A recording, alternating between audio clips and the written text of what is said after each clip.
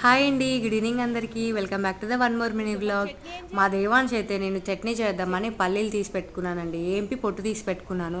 అయితే వాడికి ఇవ్వట్లేదని చెప్పి మొత్తం చాటకు చాట పట్టుకొచ్చి బయట కూర్చొని తింటున్నాడు. ఎప్పుడైనా ఏంపినప్పుడు ఇలా చట్నీ చేసినప్పుడు కొన్ని ఇస్తానన్నమాట తినడానికి.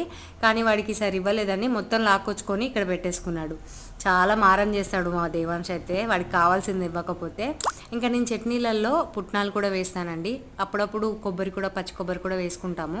అండ్ నేనైతే మేము నెలలో ఒక 4 సార్లు దోశలు, 4 సార్లు ఇడ్లీలు, అప్పుడప్పుడు ఉప్మా రవ్వ అండ్ వడలు, పూరీలు చేసుకుంటాము.